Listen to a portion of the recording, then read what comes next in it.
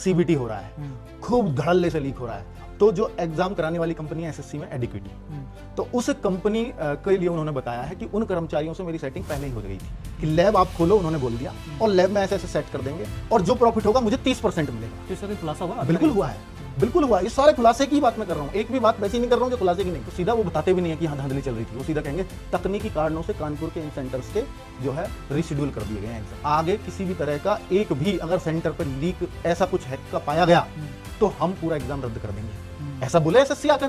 तो आप इस बीच में ट्रोल भी होते हैं खूब? बहुत ट्रोल होते हैं। सीबीटी का मैं आपको हाल फिलहाल में बता देता हूँ, एसएससी जीडी में एग्जाम चल रहा है, सीबीटी हो रहा है, खूब धड़ल्ले से लीक हो रहा है। आपको ये बता दूं वहां पर तरीके क्या होते हैं कि 100 लैब एक आदमी ने ले रखी हैं अलग अलग नामों पे, और सब में सेटिंग। एग्जांपल बताइए अगर आपके सामने आया हो। बिल्कुल, अभी एक व्यक्ति पकड़ा गया है ईश्वर प्रसाद के नाम से। कहाँ के? ये ईश्वर प्रसाद जी, शायद मुझे अभी इसका एग्जैक्ट जानकारी नहीं है कि वो कहाँ से हैं, पर उन्होंने उनको पकड़ा है।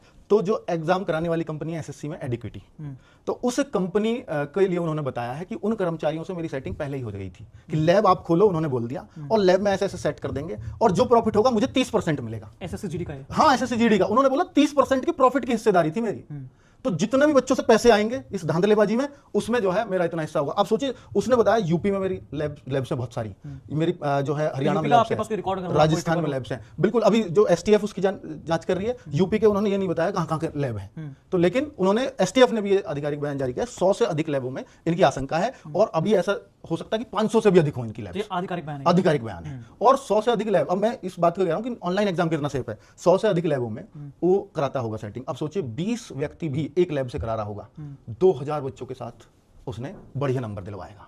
एक लैब में अगर केवल 20 व्यक्ति भी करा रहा होगा, और मल्टीपल शिफ्ट में एग्जाम कराता है एसएससी। सोचिए शिफ्ट होती है 40, एक शिफ्ट में 20 बच्चे, उसको लिए कितना आसान है कराना, और उसका सब सेटिंग है। वो कह रहा है सीसीटीवी, ये भी लिखा हुआ है उसमें, सीसीटीवी को भी ये रिकॉर्डिंग ही चेंज कर देते थे।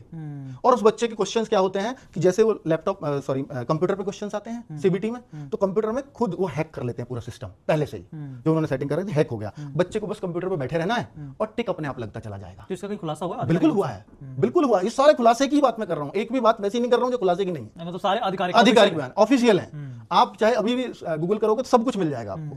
तो वहां अब आप सोचिए कि अब क्या है कि ऑफलाइन एग्जाम में ये मान लिया जाता है कि भाई ये पेपर अगर शेयर हो गया व्हाट्सएप पे, तो एकदम से अफरा तफरी मच जाती है, और सीधा ये आ जाता है कि पता नहीं कितने मास लेवल पे हुआ हो। अगर ये व्हाट्सएप पे ही आ गया पेपर, उसको मैच भी किया जाता है जब ओरिजिनल पेपर से, तो एकदम लीक घोषित कर दिया जाता है और पेपर कैंसिल। वही हुआ नीट में। लेकिन यहां पर आप देखो कि हैक भी हो जाएगा और कोई क्वेश्चन बाहर भी नहीं आएगा, और बच्चों का काम भी होता रहेगा। तो इस तरह से तो और ज्यादा खतरनाक है, इसमें तो पता ही नहीं चलेगा लीक भी हो रहा है। अब जैसे जीडी में बच्चे कर रहे हैं लीक हो गया। लीक तो होता ही ऑफलाइन में है, इसमें तो एग्जाम हैक होता है।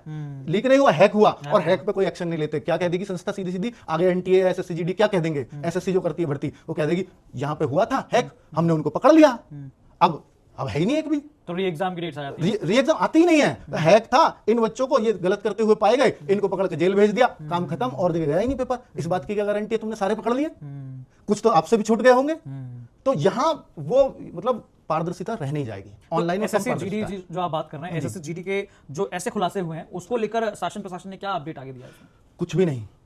अगर जैसे कानपुर में अभी कुछ लैब्स पकड़ी हैं या उन्होंने, तो सीधा वो बताते भी नहीं है कि हाँ धांधली चल रही थी। वो सीधा कहेंगे तकनीकी कारणों से कानपुर के इन सेंटर्स के जो है रिशेड्यूल कर दिए गए हैं एग्जाम। ये भी नहीं बताएंगे धांधली के कारण, ताकि बच्चे ना भड़कें।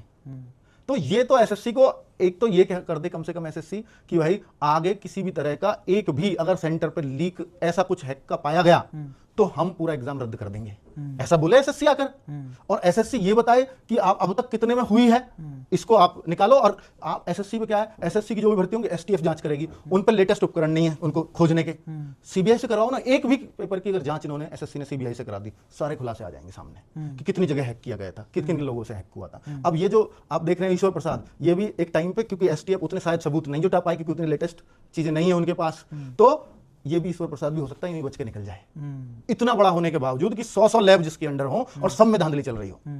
तब तो ये सीबीटी का एक तरह से आप देख सकते हैं परिणाम, सीबीटी का परिणाम था ये। इसमें जो है पेपर लीक नहीं, पेपर हैक होता है। हाँ, पेपर हैक होता है। तो ये अंकित सर का एक नया टर्म है, ये पेपर लीक इसमें नहीं होता दोस्तों, पेपर हैक होता है।